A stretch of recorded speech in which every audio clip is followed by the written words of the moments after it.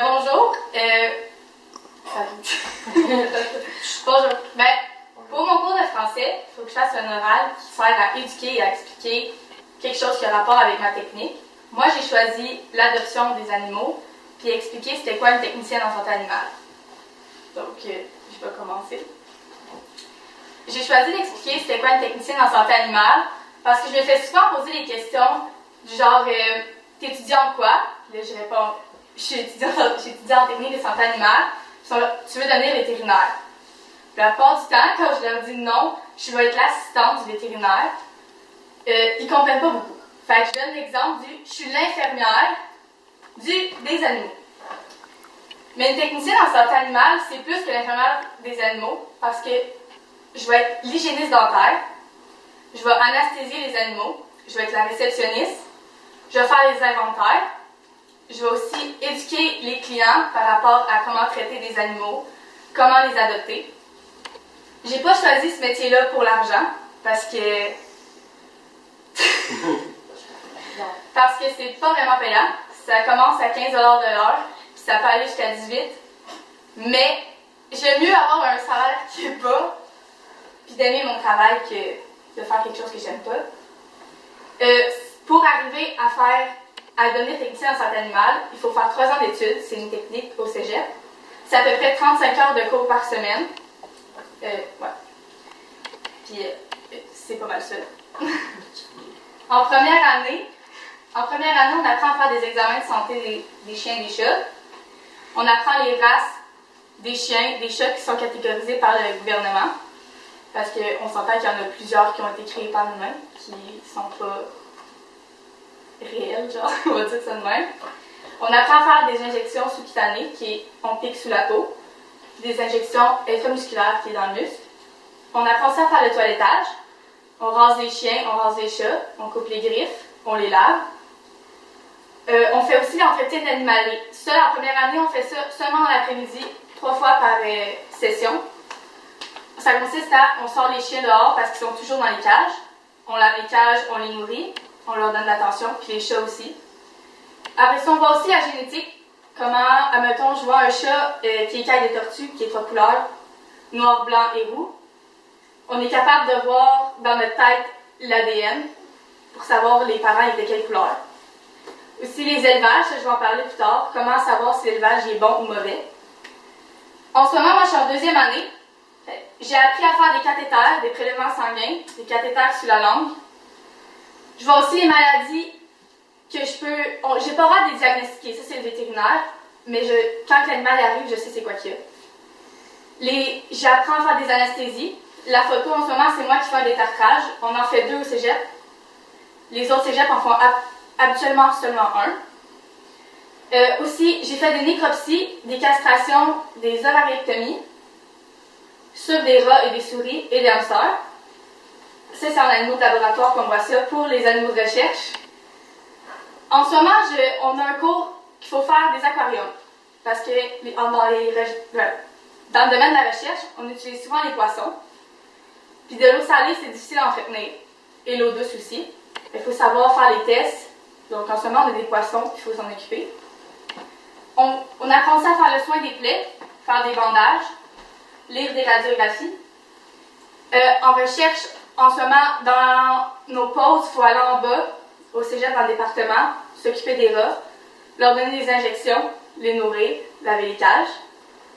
Pour les chats et les chiens aussi. Puis en ce moment, j'ai un cours, c'est microbiologie. On a des gélos, c'est des milieux de culture. Il faut faire pousser des bactéries, puis pour voir au stéthoscope, au microscope, c'est quoi la bactérie. On apprend aussi à utiliser les machines, faire les urologies, les hématologies. L'année prochaine, je vais apprendre à réagir en cas d'urgence. Je vais faire du service à clientèle. Je vais aussi assister à des chirurgies et la reproduction animale dans les grands animaux. Les vaches, les chevaux, les moutons. Les animaux exotiques, les serpents, tout ce qui est pas dans ma gamme. Puis dans ma dernière session, on fait 5 semaines en clinique, de stage en clinique, 5 semaines de stage en recherche, puis 1 semaine de stage dans les grands animaux, dans les fermes de laitières, les fermes porcines. Ça, c'est ce que j'ai de plus hâte, on va se le dire. Une technicienne en santé animale, quand ça sort de l'étude, où est-ce que tu peux aller travailler, c'est les cliniques vétérinaires, les hôpitaux vétérinaires, les centres de recherche comme Charles River, les zoos, mais c'est vraiment difficile à rentrer parce qu'ils ont déjà leur technicien en santé animale depuis des années. Les aquariums, c'est la même affaire. J'aimerais ça travailler là. C'est le fun, t'es avec les poissons, tu fais des chirurgies sur les poissons, les vétérinaires font juste assister. Et les SPCA. Carrément, t'as-tu une question? Chirurgie, c'est un poisson. Ah, les anesthésies dans l'eau, puis regarde, c'est la recherche. Puis la SPCA. Pas senti casser une jambe.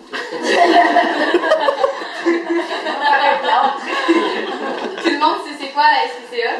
C'est la Société de protection des animaux. Pas de chien. Justement, en parlant de la SPCA, mon deuxième sujet que je voulais aborder, c'est pour vous apprendre comment adopter un animal de façon éthique. Parce qu'on s'entend qu'il y a plusieurs places, puis avec l'Internet maintenant, il y a beaucoup de chiens qui passent sur Facebook. On en est témoin. Un petit berger australien à vendre, bébé. On ne sait pas d'où il vient.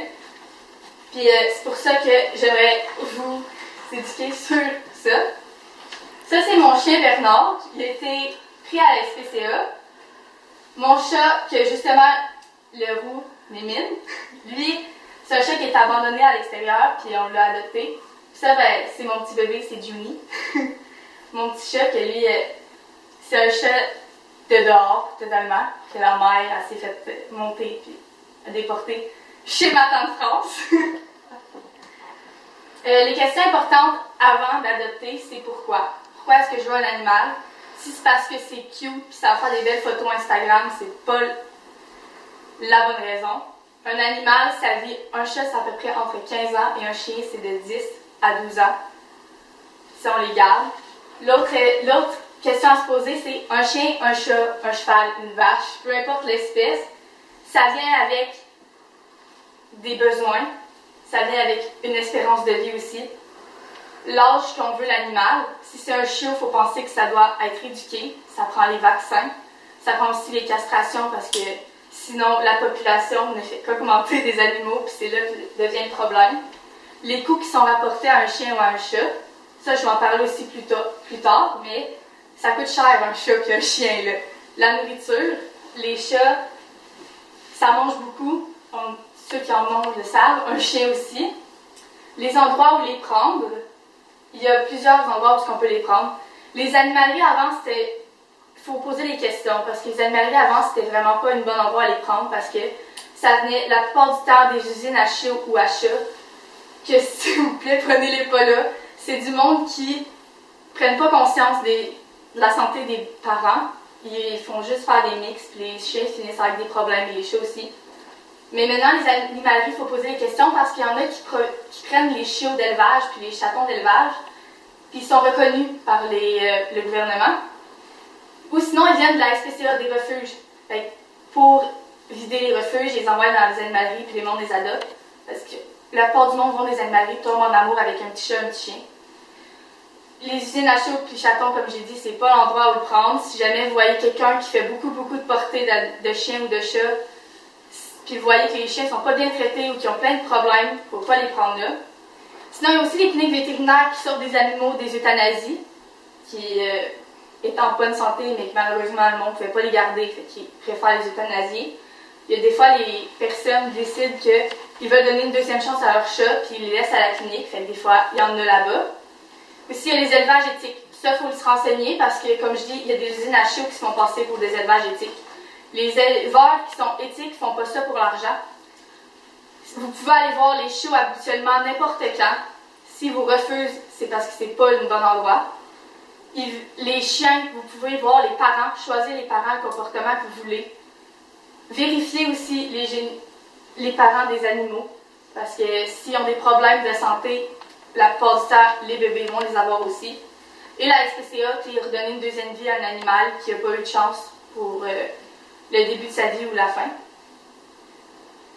Les informations à savoir sur ton chien ou ton chat que tu veux adopter, c'est les parents de l'animal. Est-ce que, par exemple, si vous voulez un gros chien, est-ce que ses parents ils sont certifiés par la OFA, qui est la dysplasie de la hanche? S'ils l'ont pas, le chien a peu de chances de l'avoir. Mais s'ils l'ont, le chien a des grandes chances de l'avoir parce que les parents l'ont. Puis ça, il n'y a pas encore de traitement à part des chirurgies qui coûtent vraiment cher. Puis le chien, il a mal. Et ça paraît pas, mais à un moment donné, il bouette puis il ne veut plus avancer. Aussi, puis la santé du chiot. Comme je donne l'exemple de Yugi, le chien des grands-parents. Lui, il a été pris dans une usine à chiots parce que la madame faisait des portées avec des mix d'animaux. Donc le chien, qui va être dans la prochaine diapo, est un mélange de deux races. Lui, si mes grands-parents ne l'avaient pas pris, probablement qu'il serait mort parce qu'il était le rejeton de la portée. Il n'avait pas été surveillé, puis ce chien-là, le père faisait de l'anxiété de séparation probablement, puis c'est pour ça qu'il s'est sauvé de son enclos, comme la madame nous avait dit. Parce que le chien des grands-parents a des problèmes d'anxiété, mais c'est un chien de personne âgée, fait que c'est correct. Les grands-parents sont toujours avec puis ils gardent, mais pour une famille avec des enfants, ça peut devenir fatigant. Parce qu'un chien qui fait juste filer puis shaker, à un moment donné, ça peut devenir dangereux, il peut te mordre, parce qu'il a peur. Fait que ça, c'est des choses à savoir. D'où provient l'animal, justement, si vous l'adoptez, est-ce que c'est bon de poser des questions, si la personne qui l'a laissé là a laissé des informations. Comme nous, notre chien, Bernard, lui, il y avait une liste, puis il disait le jouet préféré, la raison de l'abandon. Puis des fois, ils mettent les vices. Pourquoi est-ce que le chien est abandonné? Admettons, il sort tout le temps, ou il fait pipi partout dans la maison. Fait que ça, c'est des choses à savoir. Les besoins d'un chien. Ça, c'est Yugi. Un petit chien, ça a besoin d'un peu moins d'énergie parce que tu peux lancer la balle dans la maison, puis à un moment donné, il va se fatiguer. Mais un gros chien, ça a besoin de beaucoup d'activité physique. C'est une des raisons pourquoi il y a beaucoup d'abandon. Les huskies, les bergers australiens, c'est des chiens que s'ils ne bougent pas, ils deviennent agressifs ou ils détruisent tout dans la maison. Faut qu'ils bougent, fait que ça prend du temps. Ça mange beaucoup. C'est saf. Des fois, ça a des problèmes de santé liés aux dysplasies de la hanche, à l'arthrite, à l'arthrose. Le comportement naturel des chiens, c'est justement, ils ont l'esprit de domination. C'est pour ça que c'est bon qu'ils aillent leur terrain, qu'on les habitue, qu'on les récompense. C'est des chiens qui vivent des chiens habitués à vivre en meute, ça ne vit pas tout seul, des descendants des loups. C'est bon de les récompenser et de les flatter. C'est mieux qu'ils soient dans une famille que toujours à l'extérieur.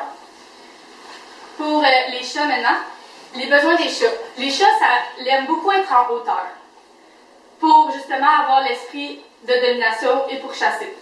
Donc, c'est bon d'avoir des arbres à chat à la maison, ça se construit bien, ça s'achète bien aussi. Les chats, leur nutrition est spéciale. On peut nourrir un chien avec la nourriture à chat, mais la nourriture à chat est habituellement plus chère parce qu'il y a de la taurine dedans. C'est un nutriment que le chat a besoin pour sa santé, mais qu'il peut avoir de produire lui-même. Il faut qu'il le retrouve dans sa nutrition. C'est pour ça que c'est obligatoire de nourrir un chat avec la nourriture à chat. Les comportements naturels des chats. Les chats domestiques, maintenant, sont plus... Ils font juste se coucher sur le divan et engraisser. Comme notre chat Bébine. C'est pour ça que c'est bon de donner des enrichissements dans l'environnement. Des jouets. Il y a des boules qu'on met de la nourriture dedans, puis le chat doit pousser pour avoir la nourriture, ce qui les fait bouger et perdre du poids. Ça, c'est encore des choses qui coûtent de l'argent. Un chat, ça prend moins de temps. Mais, c'est encore une fois, c'est un engagement à prendre pour au moins 15 ans dans sa vie. Les coûts par rapport à un chat. Par année, c'est 30 429 $ en moyenne. Puis pour un chien, c'est 30 600 $. Pas par année, pour la vie. Okay. Par année, je me suis trompée. Si! Non, mais la première année, j'ai dit, je maltraite le mien. Mais la première année, ça coûte vraiment cher, faut se dire. La première année, pour un chat, ça fait 1558 $. Okay. Parce qu'il y a la stérilisation, les vaccins, les rappels de vaccins et la litière. Puis en descendant, mais ça peut augmenter avec les problèmes de santé. Les chats sont beaucoup plus propices à faire des infections urinaires, des cristaux aussi. Puis les chiens, eux, ils ont un peu moins de problèmes, mais la plupart du temps, c'est des dysplasies de la hanche, des problèmes de comportement. Puis les vaccins et la stérilisation encore. Mais on voit avec... c'est cher un animal quand tu calcules. Puis la nourriture, la plupart du temps, la personne achète de la nourriture. Puis quand ils vont en clinique, le monde leur dit d'acheter la nourriture de vétérinaire. Moi, j'ai mon opinion là-dessus. On a appris ça dans nos cours. Si l'animal a un beau pelage, de l'énergie, puis ses selles sont belles, la nourriture lui convient. Et que ça soit de la bouffe la nourriture de dépanneur ou de vétérinaire si l'animal répond bien, c'est que les nutriments sont là. En résumé, une technicienne en santé animale, c'est l'infirmière des animaux, c'est l'anesthésie physique des animaux, je ne sais pas comment le dire, c'est l'hygiéniste dentaire des animaux, c'est la réceptionniste du vétérinaire. L'adoption, comme je dis, je vais poser à Juju. Juju, t'adoptes un animal quand? Pas? Ok, es-tu capable de répondre? C'est quoi les questions à poser à un animal avant d'adopter un animal? S'il vient d'une truc d'une L'usine de chiots. D'où il vient?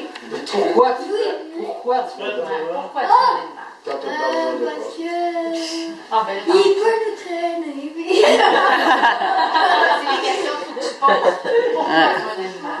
Combien de temps tu vas Ah, t'en c'est occuper? beau, puis... Combien de temps tu vas t'en occuper? Justement, ça, faut pas. Parce que t'aimes ça. Non, mais là, c'est pas la question. Parce que t'as faim, ça fait là. Hey! Puis si tu vas dans une animalerie et tu vois un petit chiot, puis tu tombes en amour avec, est-ce que tu le prends comme ça? Ouais. Non. Tu poses des questions. On va regarder le prix aussi. Regardez d'où ce qui vient. Faut que tu poses des questions. Regarde d'où ce qui vient. Bon, ben merci de m'avoir écouté. Ouais.